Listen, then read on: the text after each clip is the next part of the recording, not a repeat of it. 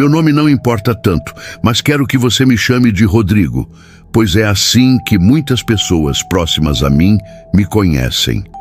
Eu nasci e cresci no sertão do Ceará, numa família simples, acostumada a ouvir histórias estranhas passadas de geração em geração.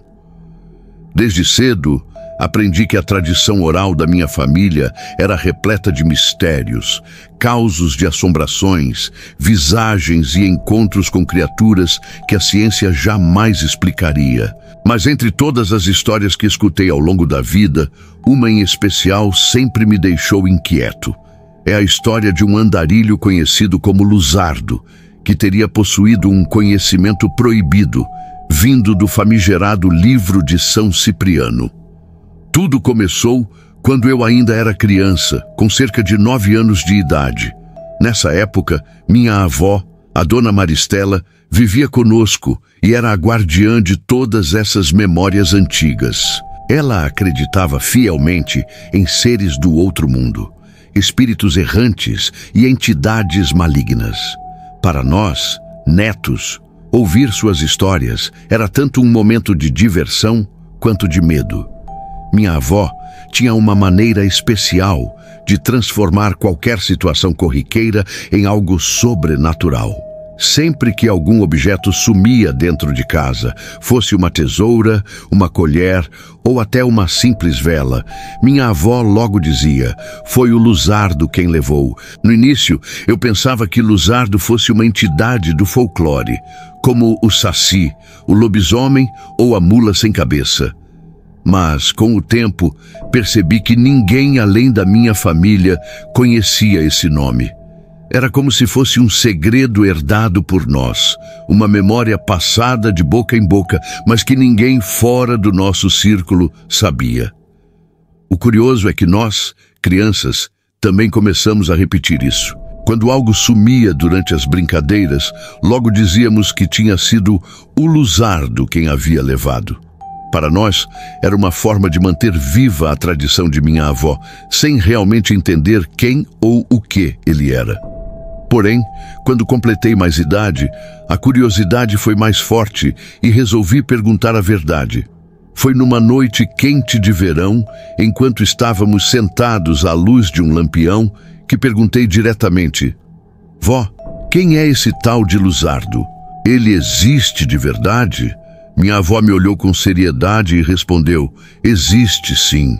Ele foi um andarilho que vagou por essas terras quando eu era jovem, nos anos 70. Pouca gente sabia a verdade, mas eu mesma o vi com meus próprios olhos." A partir desse momento, minha avó começou a narrar algo que transformou meu entendimento sobre esse nome. Segundo ela, nos anos 70, em uma pequena cidade do interior onde morava, um andarilho apareceu de repente. Era um jovem magro, de olhar penetrante, sempre coberto por uma poeira fina das estradas. Por isso, o apelido de Luzardo, como se fosse feito de pó e sombra. Ele era simpático, sabia se enturmar facilmente e rapidamente conquistou a confiança de várias pessoas da cidade, principalmente nos bares e nas praças. Mas logo depois da chegada dele, uma série de acontecimentos estranhos começou. Objetos desapareciam misteriosamente das casas, mesmo quando estavam trancadas. Às vezes, os moradores encontravam os móveis revirados, sem nenhum sinal de arrombamento, e pequenas coisas de valor sumiam: moedas antigas, joias simples, facas bem afiadas, terços de prata. O mais assustador era que alguns moradores juravam ter visto Luzardo dentro de suas casas, mas quando tentavam alcançá-lo, ele desaparecia por frestas impossíveis, como buracos pequenos ou vãos no telhado. Dizia-se que Luzardo possuía habilidades sobrenaturais, aprendidas através do livro de São Cipriano. Para minha avó, esse livro sempre foi temido, pois acreditava que nele estavam feitiços capazes de dar ao homem o poder de se transformar em animais, desaparecer, hipnotizar pessoas e atravessar lugares onde um corpo humano jamais caberia. A cidade, que era pequena e supersticiosa, entrou em pânico. Os mais velhos diziam que ele era um enviado do demônio, alguém que havia feito pacto em troca de poderes. Outros acreditavam que ele era apenas um ladrão esperto, usando truques desconhecidos para enganar os moradores. Mas minha avó sempre sustentou que aquilo era sobrenatural. Ela mesma contou que certa noite, quando meu avô havia viajado, ficou sozinha em casa com os filhos. Era por volta da meia-noite quando ouviu barulhos na cozinha. Pegou uma lamparina e foi ver o que estava acontecendo. Ao chegar, viu o próprio Luzardo remexendo nas panelas sobre o fogão a lenha. Quando ele percebeu a presença dela, não correu pela porta como qualquer homem faria. Não, ele escalou a parede com a agilidade de um gato e escapou por uma fresta entre a parede e o telhado, algo impossível para um corpo humano comum. Minha avó disse que nunca mais esqueceu aquela cena. Depois desse dia, cada vez que algo sumia em casa, ela repetia a mesma frase: "Foi o Luzardo quem levou." Para ela, aquele andarilho não era apenas um ladrão de objetos, mas alguém que existia numa fronteira entre o humano e o sobrenatural. O mais perturbador é que ninguém sabia ao certo o destino dele. Alguns afirmavam que foi expulso da cidade pelos justiceiros, aqueles homens brutos que não toleravam forasteiros, trazendo medo e insegurança. Outros diziam que ele simplesmente desapareceu numa noite de tempestade, tragado pelo próprio mal que carregava. E ainda havia quem jurasse que ele continuava vagando de cidade em cidade, sempre reaparecendo onde houvesse oportunidade de exercer seus feitiços. Ao longo dos anos, a imagem de Luzardo foi se tornando uma lenda dentro da minha família. Mas diferente das histórias folclóricas conhecidas por todos, como as de lobisomens e sacis, essa parecia ser exclusiva nossa. Minha avó dizia com convicção: ele tinha o livro de São Cipriano. Só assim se explica o que eu vi com meus próprios olhos. Com o tempo, já adulto, comecei a pesquisar por conta própria sobre esse livro proibido. Descobri que muitos acreditam que nele há rituais capazes de abrir portais, invocar entidades e manipular a realidade. Outros afirmam que tudo não passa de superstição.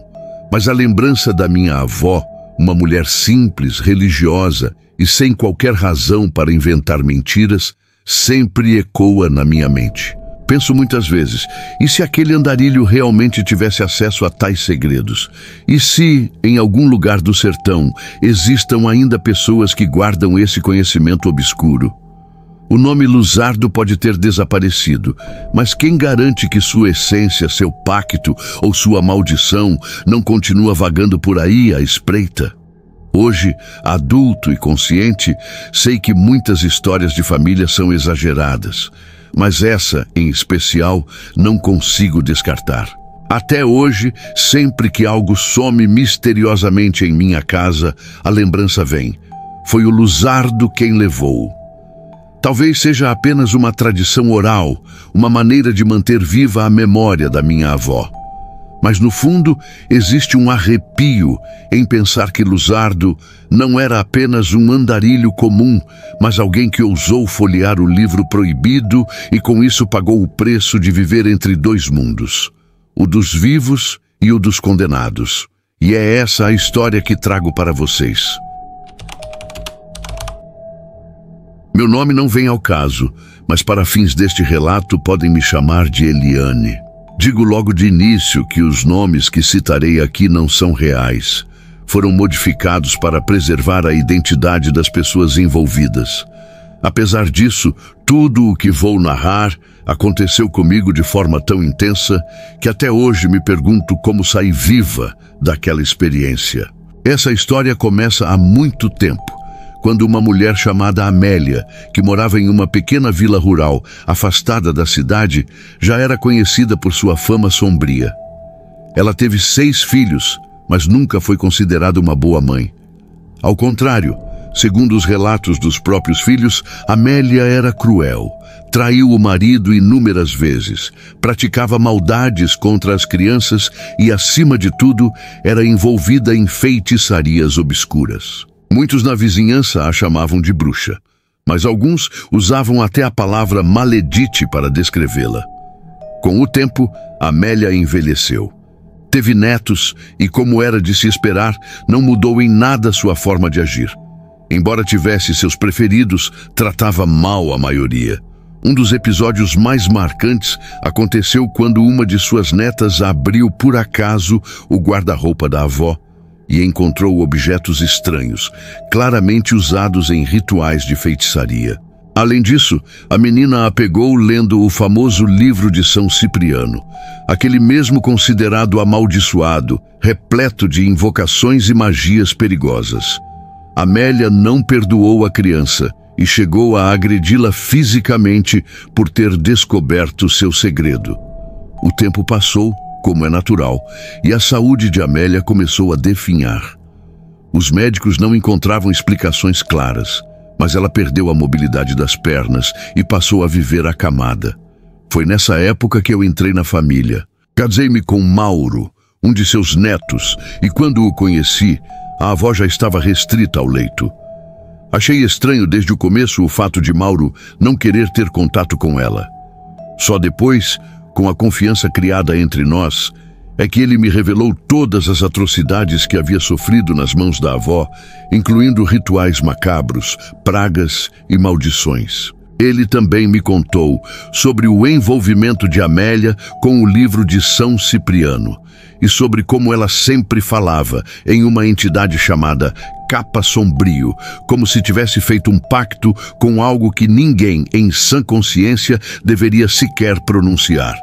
Confesso que naquela época não dei crédito a essas histórias. Eu era cética e, para mim, tudo isso não passava de lendas ou exageros familiares. Não conhecia nada sobre São Cipriano, não acreditava em feitiços, pensava que fosse apenas folclore. Mas eu estava prestes a descobrir, da pior maneira, que havia muito mais entre o céu e a terra do que eu imaginava. Com o passar dos anos, por causa da proximidade, eu comecei a ajudar nos cuidados da velha Amélia. Muitas vezes ficávamos apenas eu e ela na casa. E foi aí que notei coisas estranhas. Ela falava sozinha, mas parecia conversar com um homem invisível. Outras vezes, me perguntava quem era a pessoa sentada ao lado dela, quando na verdade não havia ninguém. Esse tipo de coisa me deixava desconfortável, mas eu tentava racionalizar, dizendo a mim mesma que era efeito da idade avançada e de possíveis delírios. O episódio mais assustador aconteceu no dia 14 de agosto. Nunca vou me esquecer. Cheguei cedo à casa dela, deixei minha filha pequena no quarto de visitas e decidi deitar-me um pouco ao lado de Amélia, que dormia profundamente.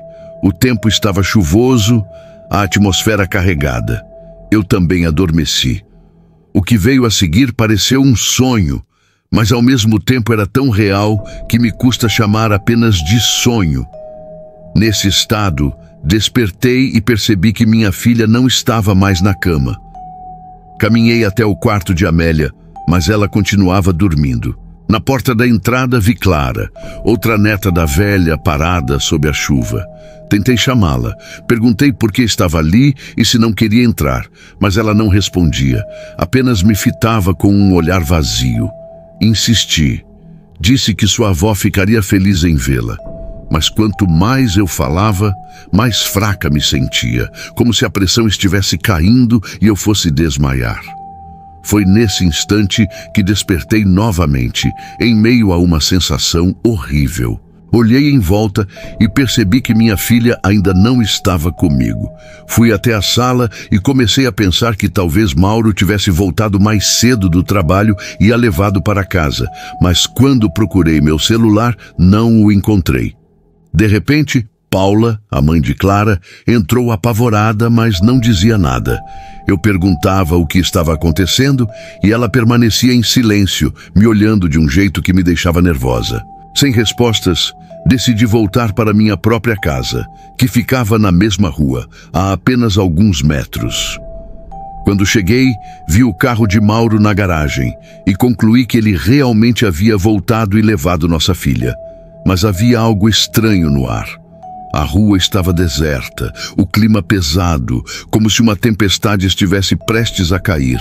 E meus cães, que sempre me recebiam com festa, estavam deitados, imóveis, sem reação. Ao entrar, encontrei 2 outros cachorros na sala. Mas havia um detalhe perturbador. Um deles havia morrido meses antes e o outro tinha sido roubado no início daquele mesmo ano.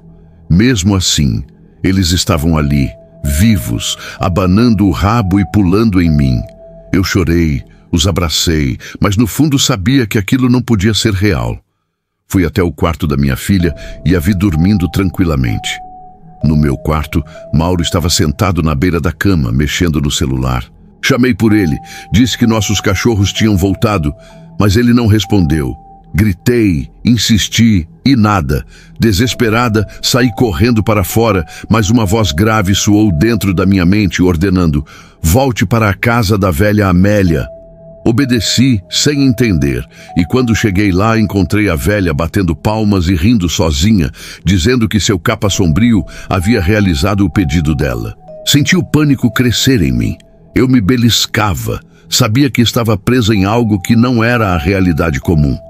A sensação era de que minha alma havia se desprendido do corpo e que eu corria o risco de nunca mais voltar. Comecei a orar, pedindo a Deus que me tirasse dali. Mas Amélia gargalhava, dizendo que eu jamais sairia se ela não permitisse. As palavras dela ecoavam como correntes me prendendo. Tudo à minha volta escureceu.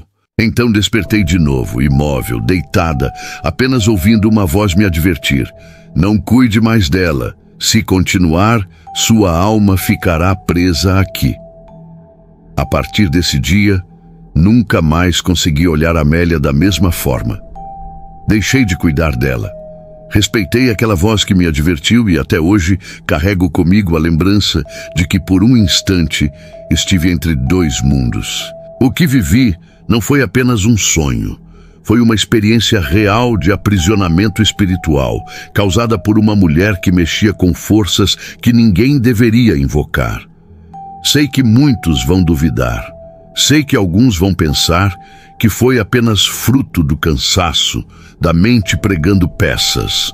Mas dentro do meu coração tenho certeza, Amélia fez um pacto, e o preço que eu quase paguei por estar próxima dela foi alto demais.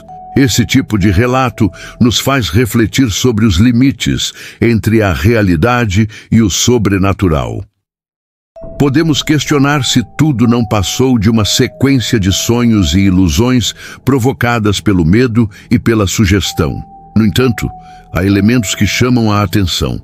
A repetição de nomes, a presença de animais mortos que retornam, a sensação de aprisionamento e, sobretudo, a ligação direta com o livro de São Cipriano e a entidade chamada Capa Sombrio. É difícil acreditar que tantos detalhes surgiram apenas da imaginação. Talvez algumas pessoas, ao se envolverem profundamente com práticas obscuras, realmente abram portais que afetam não só suas próprias vidas, mas também as de quem está ao redor. O fato de pessoas comuns jurarem ter visto o impossível reforça a ideia de que o medo coletivo pode transformar um simples ladrão em uma entidade quase demoníaca. O mais impressionante é como essas memórias resistem ao tempo, atravessando gerações e permanecendo vivas em nossa imaginação. Talvez Luzardo seja, acima de tudo, um símbolo. A lembrança de que existem mistérios que preferimos não desvendar por completo. Envie seu relato para o e-mail na descrição. Até a próxima.